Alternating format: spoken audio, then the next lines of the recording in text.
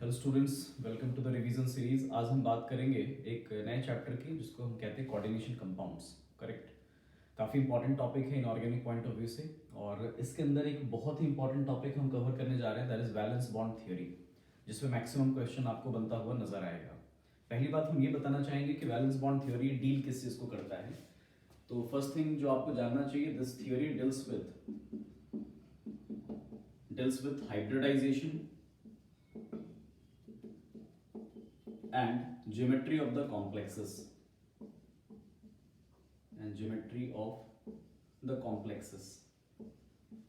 Correct. इस थ्योरी के अकॉर्डिंग कुछ बातें आपको जाननी चाहिए। अकॉर्डिंग टू दिस थ्योरी जो हमारा हाइब्रिडाइजेशन हो या ज्योमेट्री ऑफ द कॉम्प्लेक्स होता है, geometry of the complex depends on coordination number of the complex, correct. आप ज्योमेट्री या फिर हाइब्रिडाइजेशन दोनों की बात कर सकते हैं। वो किस पे डिपेंड करता है? Coordination number of the complex पे डिपेंड करेगा। कुछ बातें अपने को मेन चीजें जाननी चाहिए वीबीटी के बारे में। पहली बात कि जितना कोऑर्डिनेशन नंबर कॉम्प्लेक्स का होता है उतने ही वैकेंट ऑर्बिटल्स कहीं ना कहीं सेंट्रल मेटल एटम को क्रिएट करना होगा। या तो उसके पास पहले से अवेलेबल होंगे या फिर ये रिस्पॉन्सिबिलिटी सेंट्रल मेटल एटम की होती है कि वो उतने वैकेंट ऑर्बिटल्स को क्रिएट करे। तो फर्स्ट पॉइंट आप ये लिख लेंगे कि according to this theory central metal atom, CMA short में कह रहे हैं हम लोग, दैट विल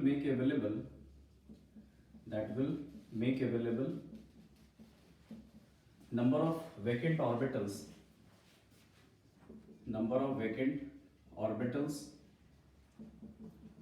सवाल ये है कि कितने वैकेंट ऑर्बिटल्स वो क्रिएट करेगा। तो आपको याद रखना है make available number of vacant orbitals equal to the coordination number of the complex. Means अगर कॉम्प्लेक्स का कोऑर्डिनेशन नंबर 4 है तो central metal atom 4 vacant orbitals को क्या करेगा? क्रिएट करेगा। ओके। सवाल ये भी आ रहा है कि क्या ये जो वैकेंट ऑर्बिटल्स क्रिएट होंगे, क्या ये डायरेक्टली कोऑर्डिनेट बॉन्ड या कोऑर्डिनेट कोवेलेंट बॉन्ड लिगेंड्स के साथ बनाएगा क्या? तो ऐसी बात नहीं है। तो आपको ध्यान में रखना होता है कि these vacant orbitals first intermix with each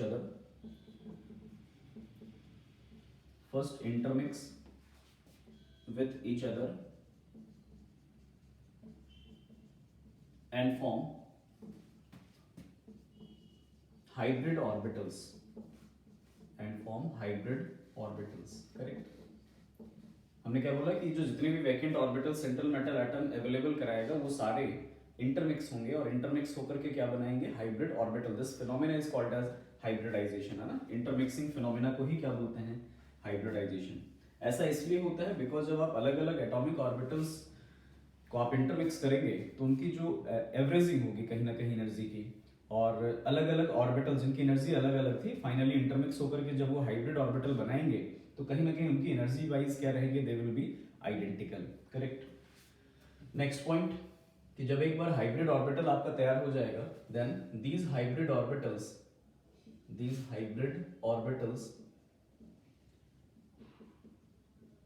will overlap with the atomic orbitals of ligand, correct, which leads to the formation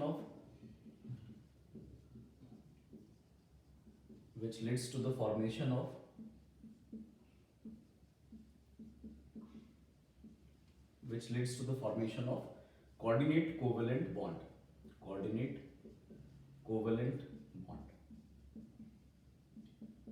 okay.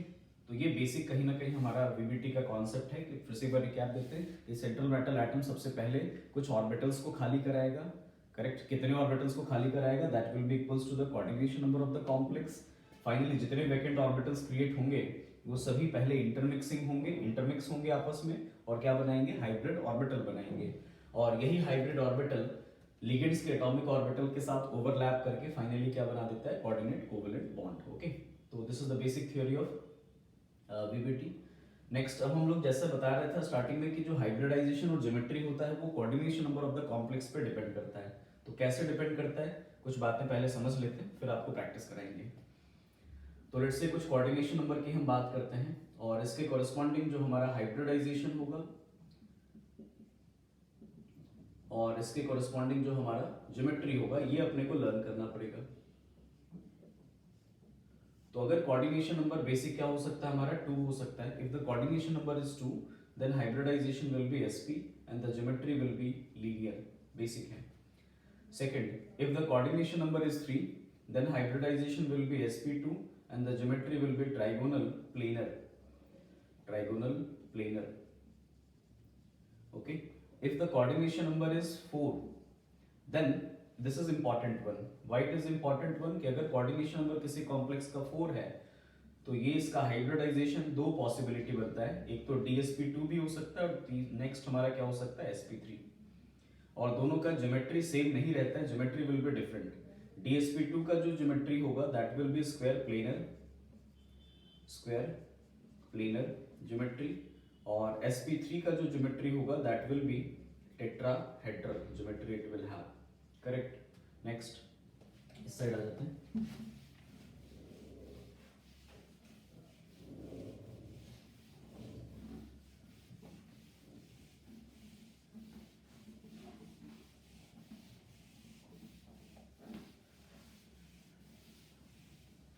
Next, अगर फोर्थ की बात करें, अगर कोऑर्डिनेशन नंबर हमारा 5 है तो उसमें क्या क्या पॉसिबिलिटी है। तो इसमें मेजरली जो हमारा पॉसिबिलिटी होता है दैट इज sp3d, करेक्ट, या फिर इसमें पॉसिबिलिटी बनता है dsp3 का। क्या दोनों का ज्योमेट्री सेम होता है? ऐसा नहीं है। sp3d को हम लोग कहते हैं ट्राइगोनल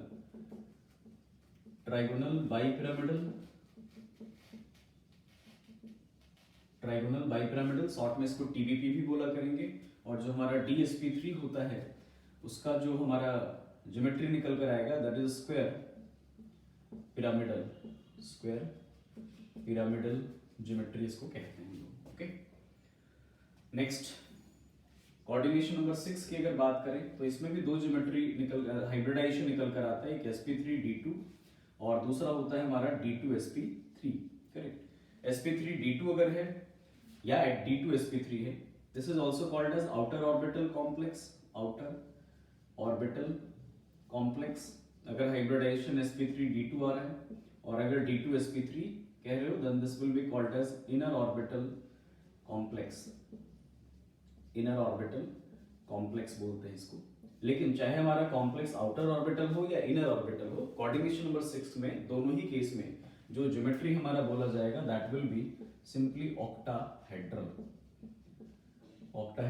ज्योमेट्री, है ना।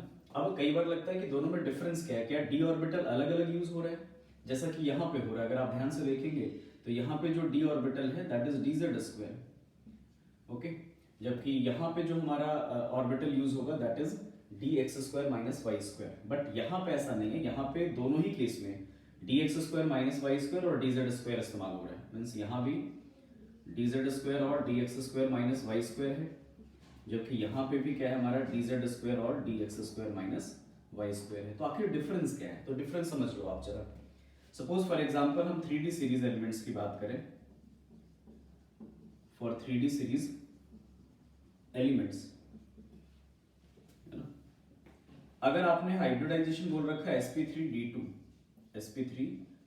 तो ये कब पॉसिबल होगा, जब हमारा d ऑर्बिटल यहाँ पे 4d वाला यूज होगा, मतलब 4dz² और 4dx² माइनस y² की बात करेंगे, है ना। Outer d, because inner d हम 3D सीरीज एलिमेंट्स के लिए जो इनर d ऑर्बिटल होगा that is 3d, outer d क्या होगा हमारा 4d। तो इसीलिए यहाँ पे जो 2d ऑर्बिटल इस्तेमाल होता है वो आउटर d मतलब 4d का हम इस्तेमाल करते हैं, dz² और dx² माइनस y²। लेकिन अगर आप कहते हो d2sp3 तो यहाँ पे जो 2d ऑर्बिटल हम यूज कर रहे हैं दैट इज आवर 3dz² और 3dx² माइनस y²। क्या सिमिलरली हम 4D सीरीज एलिमेंट्स के लिए भी कह सकते हैं? यस, 4D सीरीज एलिमेंट्स के लिए क्या होगा, अगर आप sp3d2 कहते हो तो आउटर d कौन सा होगा हमारा 5d और इनर d कौन सा होगा 4d, correct. We can correlate. चलिए आगे बात करते हैं।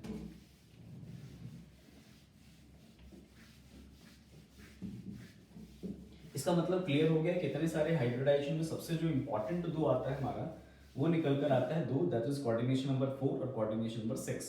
बिकॉज वहां पे अपने को लर्न करना पड़ेगा कि कब अपने को कोऑर्डिनेशन नंबर 4 कहना है, कब अपने को कोऑर्डिनेशन कब अपने को DSP2 कहना है, कब SP3 कहना है।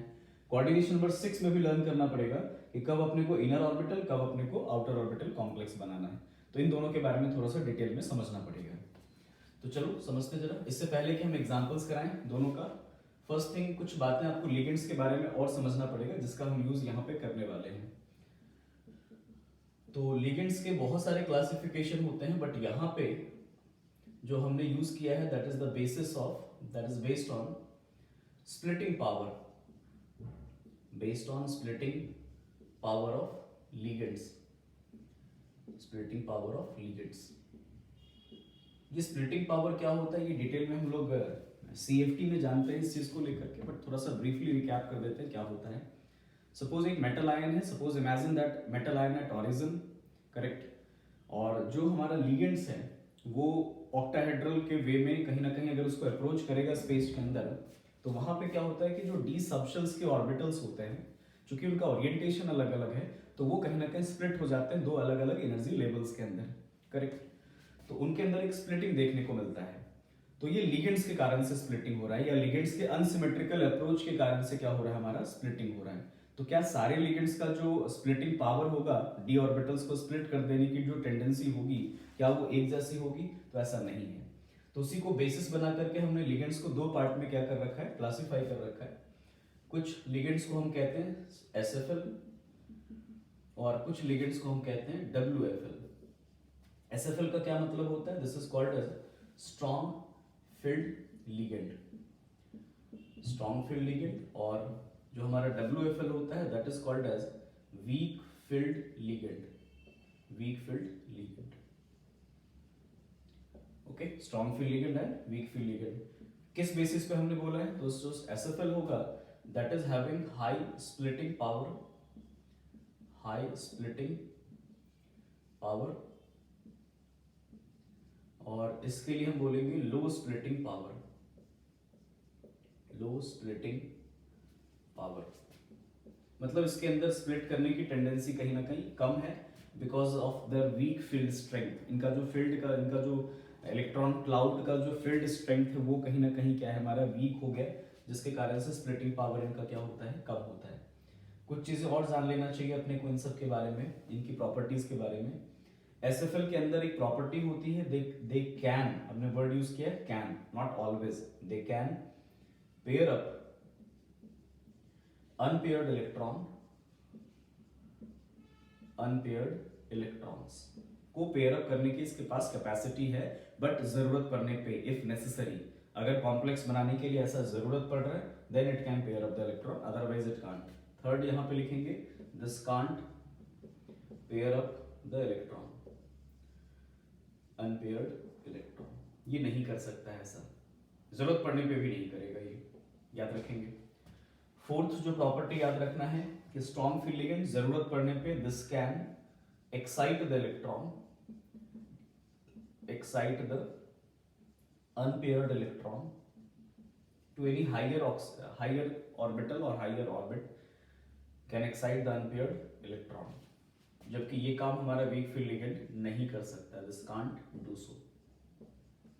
ओके, फिफ्थ पॉइंट, अगर जरूरत पड़ा तो ये इलेक्ट्रॉनिक कॉन्फ़िगरेशन को भी क्या कर सकता है, चेंज कर सकता है, this can change the electronic configuration,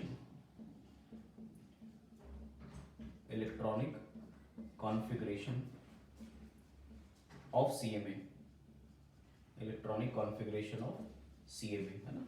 but again if necessary, अगर नेसेसरी नहीं है तो ये नहीं करने वाला है ना। और लास्ट यहाँ पे अगर बात करें तो क्या ये भी ऐसा काम कर सकता है, तो आप बोलेंगे बिल्कुल नहीं, दिस कांट डू सो, है ना। तो ये कुछ डिफरेंसेस होते हैं SFL और WFL के बीच में। अब रही बात कि अपने को याद कैसे रहेगा कि कौन SFL है कौन WFL है, तो वैसे डिटेल में हम लोग उसमें CFT भी पढ़ते हैं, बट कुछ बेसिक बातें आपको, जो बेसिक एग्जाम्पल्स हैं वो आप याद रखोगे। जैसे SFL के एग्जाम्पल्स में अगर बात करें तो CO सबसे स्ट्रॉन्गेस्ट लिगेंड माना जाता है, then CO, CN-, NO2-, EN, then pyridine। तो ये कुछ एग्जांपल्स हैं जो आपको जरूर याद रख लेना चाहिए, है ना, जो इंपॉर्टेंट है। इसके अलावा वीक फील्ड लिगेंड में जो इंपॉर्टेंट है अभी के लिए, उसमें आप याद रखोगे एक तो H2O का जो ज़्यादा यूज़ करेंगे हम लोग, ऑक्सिलिक आयन, सारे halogens F-, Cl-, Br-, I-, है ना, ये कुछ इंपॉर्टेंट एग्जांपल्स हैं। अच्छा, इसमें एक अमोनिया का भी याद रखोगे आप, that is also important. Okay, बाकी डिटेल में उसमें CFT में हम लोग पढ़ते हैं इसका ऑर्डर, CF स्पेक्ट्रोकेमिकल सीरीज के अंदर, है ना, बट अभी के लिए इतना कम से कम याद रखेंगे एग्जाम्पल्स के तौर पे। ओके, नेक्स्ट अब कुछ एग्जाम्पल्स देकर के समझाते हैं कि कैसे VVT के थ्रू हम हाइब्रिडाइजेशन, ज्योमेट्री, ये सारी चीजें निकाल सकते हैं। तो चलो देखते हैं। पहले हम बात करते हैं examples of coordination number 6। Coordination number 6, तो जैसे आप कोऑर्डिनेशन नंबर 6 की बात करते हो तो आपके दिमाग में दो हाइब्रिडाइजेशन रिफ्लेक्ट होता है। One is D2sp3 inner orbital complex and another one is sp3d2 that is outer orbital complex, है ना, ये दो कॉम्प्लेक्सेस आ जाते हैं। कैसे पता चलेगा अपने को, क्या आइडिया होना चाहिए? तो बस आपको देखना है, सबसे पहले कोई भी कॉम्प्लेक्स या कोई भी मेटल आयन कोशिश हमेशा करता है कि वो इनर ऑर्बिटल कॉम्प्लेक्स बना ले, बिकॉज इनर ऑर्बिटल कॉम्प्लेक्स में आप इनर डी का यूज कर रहे हो जिसकी एनर्जी क्या होती है, कम। अगर आप इनर डी ऑर्बिटल का यूज नहीं कर पाए, मतलब 3D का इस्तेमाल, अगर 3D सीरीज एलिमेंट है और 3D का इस्तेमाल नहीं कर पाए, then only we will use the 4D orbital, correct. तो इसमें एक छोटी सी बात आपको याद रखनी है जो कि काफी काम आएगा भी। If how many D orbitals, 2 D orbitals या 2 3D ऑर्बिटल्स, ऐसे लिख सकते हैं, इफ 2 3D ऑर्बिटल्स, कौन कौन से वो 3D ऑर्बिटल्स होने चाहिए अपने को मालूम है, that is D X square minus Y square और D Z square, are available, are vacant, ऐसे लिख लो, आर वैकेंट और कैन बी वैकेटेड, या तो वैकेंट हो या फिर आप वैकेट करा सकते हो with the help of strong field ligand. Then hybridization will be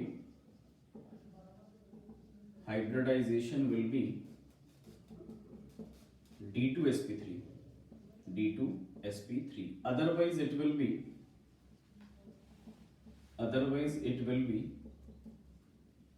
sp3d2, otherwise it will be sp3d2, correct. चलो एग्जांपल से देखते हैं, दो तीन कुछ एग्जांपल्स कराते हैं। सपोज फॉर एग्जांपल हमारे पास एक कॉम्प्लेक्स है FeCN6 -4, है ना, ये कॉम्प्लेक्स है, इसका मेरे को हाइब्रिडाइजेशन, ज्योमेट्री, ये सब पता करना है। तो सबसे पहला काम करना है आपको, आयरन का ऑक्सीडेशन स्टेट निकालो आप। तो आयरन का ऑक्सीडेशन स्टेट क्या है, दैट इज +2। तो आयरन +2 का मतलब क्या हो गया हमारा, 3d6, ये कॉन्फ़िगरेशन आएगा। तो चलो एक बार 3d6 ड्रॉ करके देखते हैं। और लिगेंड कैसा है यहाँ पे, सबको मालूम है cyanide is a strong field ligand, है ना।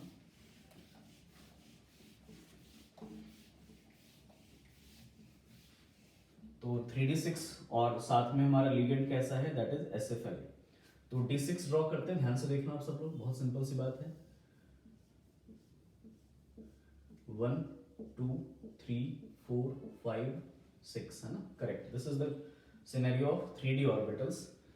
अपने को हमने क्या रूल पढ़ा कि दो 3D ऑर्बिटल्स वैकेंट होने चाहिए या फिर वैकेंट कराना पड़ेगा अपने को, अगर आपको बनाना है D2sp3। तो क्या दो ऑर्बिटल्स खाली हैं, नहीं। क्या खाली कराया जा सकता है, yes, with the help of strong field ligand. तो स्ट्रॉन्ग फील्ड लिगेंड के कारण से ये जो आपको 3D ऑर्बिटल नजर आएगा कुछ इस तरीके का नजर आएगा, 1 2 3 4 5 6, ये सारे पेयर्ड हो गए जो अनपेयर्ड दिख रहे थे, जिसके कारण से दो डी ऑर्बिटल हमारा क्या हो गया, 3D में खाली हो गया। और उसके बाद हमारा 4s और 4p तो अवेलेबल है ही, 4s एंड 4p, करेक्ट। तो इन सब के हेल्प से हम क्या बना सकते हैं, D2sp3, दो 3D ऑर्बिटल, एक s ऑर्बिटल और 3 p ऑर्बिटल, इन सबको मिलाकर हमने D2sp3 बना लिया, करेक्ट।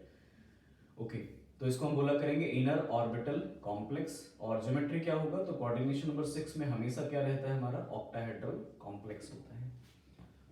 और अगर आपसे कोई पूछे कि पैरामैग्नेटिक है, डायमैग्नेटिक है, तो आप बोलेंगे this complex is diamagnetic because यहाँ पे कोई भी अनपेयर्ड इलेक्ट्रॉन नहीं है। आपसे किसी ने पूछा स्पिन मैग्नेटिक मोमेंट क्या होगा, स्पिन मैग्नेटिक मोमेंट क्या होता है, √n × n+2, चूंकि n की वैल्यू 0 है सो इट विल बी 0, कर लेंगे। नेक्स्ट एक और वीक फील्ड लिगेंड का कॉम्प्लेक्स बताते हैं आपको और देखते हैं कैसे कर सकते हैं। सपोज फॉर एग्जांपल अपने से क्वेश्चन आ गया कोबाल्ट, है ना, COF6 या लेट्स से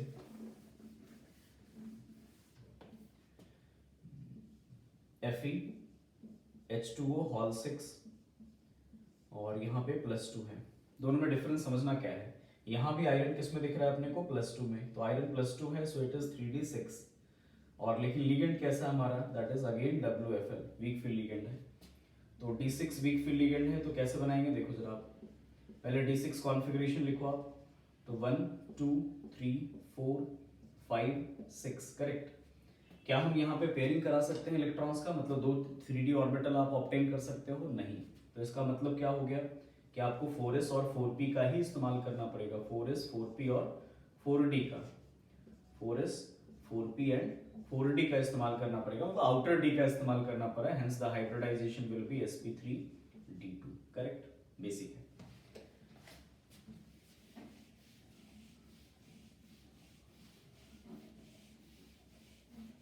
नेक्स्ट एग्जांपल पे आते हैं।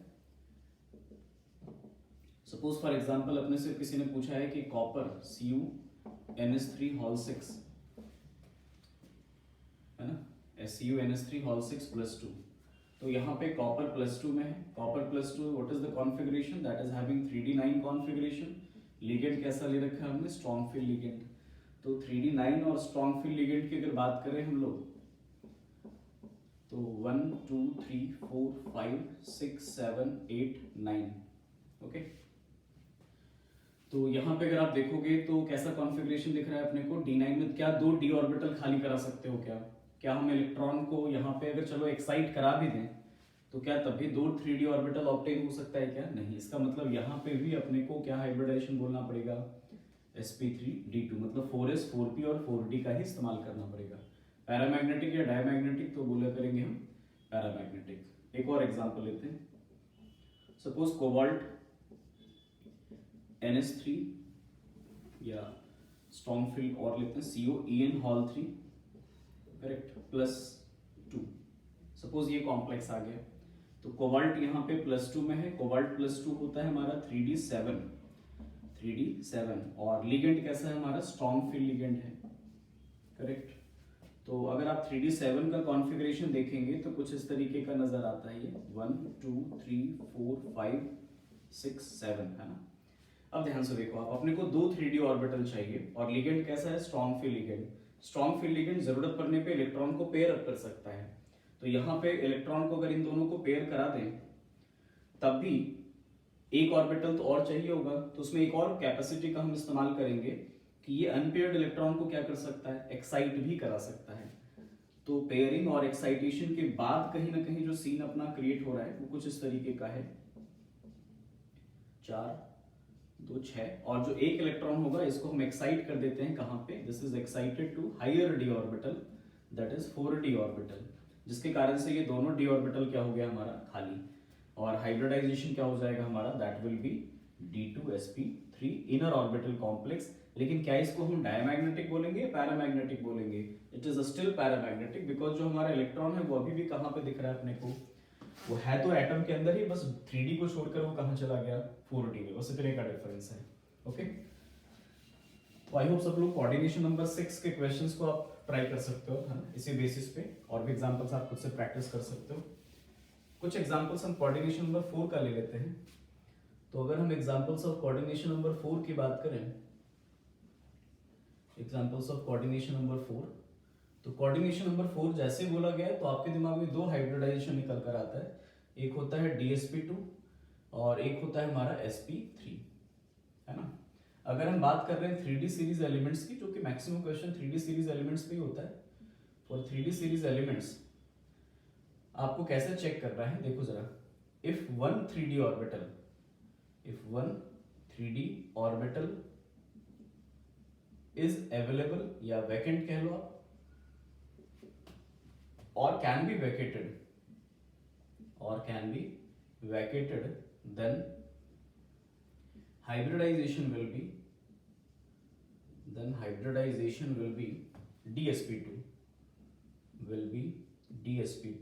otherwise it will be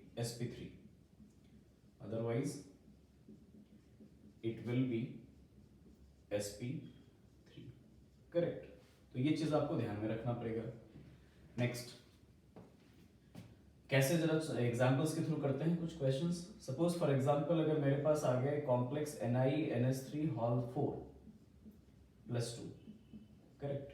तो यहाँ पे निकल क्लियर दिख रहा है अपने को +2 में है, तो निकल +2 का मतलब क्या हो गया, दिस सिस्टम इज 3D8 और लिगेंड कैसा ले रखा है हमने, स्ट्रॉन्ग फील्ड लिगेंड। तो D8 के साथ अगर आप देखोगे, पहले कॉन्फ़िगरेशन लिख लिया करो, 1 2 3 4 5 6 7 8, करेक्ट। अब यहाँ पे मेरे को दो 3D ऑर्बिटल नहीं चाहिए, we need only 1 3D orbital. तो क्या पेयरिंग हो सकता है? Yes, because ligand is strong field ligand. तो अगर हम इन दोनों को पेयर अप कर दें तो शायद अपना काम हो रहा है। तो यहाँ पे अगर पेयर अप कर दें तो 8 इलेक्ट्रॉन हमारे 4 ऑर्बिटल में पैक हो जाएगा, तो फिर एक ऑर्बिटल हमारा खाली हो जाएगा। तो एक 3D ऑर्बिटल, एक 4s ऑर्बिटल और दो 4p ऑर्बिटल, मतलब हाइब्रिडाइजेशन क्या हो जाएगा हमारा, DsP2 स्क्वायर प्लेनर कॉम्प्लेक्स बनेगा। और इसका जो पैरामैग्नेटिज्म या डायमैग्नेटिज्म की बात करें तो this will B diamagnetic because pairing हो चुका है। ओके, तो ये तो स्ट्रॉन्ग फील्ड लिगेंड में है। जरा इमेजिन करो कि अगर यहीं पे NS3 की जगह पे कोई वीक फील्ड लिगेंड होता तो क्या फिर भी आप पेयरिंग करा देते? नहीं। तो उस केस में फिर क्या करना होगा, 4s और 4p का इस्तेमाल करना होगा। तो हाइब्रिडाइजेशन क्या हो जाएगा हमारा, sp3, करेक्ट। बस एक से दो एग्जांपल और छोटे छोटे लेते हैं, फिर आप खुद से फिर कर पाओगे इसको प्रैक्टिस, है ना। तो एक एग्जांपल और इसमें जो ले सकते हैं हम लोग, दैट इज कॉपर Cu, काफी अच्छा एग्जांपल है, CuNS3 हॉल 4+2। इसमें बात करेंगे तो कॉपर हमारा +2 में है। कॉपर +2 इसका मतलब जो हमारा हाइब्रिडाइज कॉन्फ़िगरेशन होगा that is D9, copper 3D9 strong field ligand है। तो यहाँ पे जरा चेक करते हैं क्या सिनेरियो बन रहा है। 1 2 3 4 5 6 7 8 9, करेक्ट। अब एक जो 3D ऑर्बिटल दिख रहा है अपने को, क्या अपने को ये वैकेंट चाहिए? क्या हम वैकेंट करा सकते हैं? बिल्कुल करा सकते हैं, बिकॉज हमारा स्ट्रॉन्ग फील्ड लिगेंड है। So this can be excited to 4D orbital. अगर ये खाली हो गया तो फिर वैसे केस में हमारा हाइब्रिडाइजेशन क्या होगा, DsP2 स्क्वायर प्लेनर कॉम्प्लेक्स, और ये पैरामैग्नेटिक ही रहेगा, करेक्ट। ओके, बस एक लास्ट एग्जांपल चलो डिस्कस करते हैं हम लोग। लास्ट एग्जांपल और ये काफी इंपॉर्टेंट है, mains point of view, advance point of view, दोनों से कई बार पूछा जाता है। सपोज एक कॉम्प्लेक्स है NiCO हॉल 4, NiCO हॉल 4। यहाँ पे निकल का अगर ऑक्सीडेशन स्टेट आप देखेंगे तो 0 है ना, 0, और लिगेंड हमारा स्ट्रॉन्ग है, स्ट्रॉन्ग फील्ड लिगेंड। तो निकल 0 का मतलब क्या होता है, this is 3D8 4s2, 3D8 4s2, correct. तो चलो एक बार पहले ड्रॉ कर लो ताकि आइडिया लग जाए कि होने वाला क्या है। 3D8 4s2, 1 2 3 4 5 6 7 8, ये तो 3D का सीन है। 4s में अगर आप देखोगे तो उसमें भी 2 इलेक्ट्रॉन है। कोशिश करते हैं, पहले क्या कोशिश करना है अपने को बनाने का, इनर d ऑर्बिटल कॉम्प्लेक्स, है ना, दैट इज DsP2 पहले बनाना है। तो उसके लिए मेरे को एक d ऑर्बिटल खाली चाहिए, वैकेंट चाहिए। तो चलो वो तो पॉसिबल है, बिकॉज आप कह सकते हो मेरे को कि इन दोनों को हम पेयरिंग करा दें। तो पेयरिंग करा दोगे तो एक d ऑर्बिटल क्या हो जाएगा, वैकेंट। लेकिन इस 4s ऑर्बिटल का क्या करें, यहाँ पे ये भी तो वैकेंट चाहिए आपको, बिकॉज एक d के साथ एक s चाहिए होता है। तो ये तो खाली है नहीं, इसका मतलब बहुत क्लियर है कि DsP2 हम यहाँ पे नहीं बना सकते, DsP2 इज नॉट पॉसिबल। फिर हम देखते हैं sp3 बना सकते हैं क्या। तो दिक्कत ये है कि s वाले इलेक्ट्रॉन को हम क्या करेंगे, वो तो वैकेंट है नहीं, और 2 इलेक्ट्रॉन पेयर्ड इलेक्ट्रॉन को हम एक्साइट नहीं कर सकते, that requires very high amount of energy. तो 2 इलेक्ट्रॉन को, तो पेयर्ड इलेक्ट्रॉन को हम बाहर नहीं भेज सकते, एक्साइट नहीं करा सकते।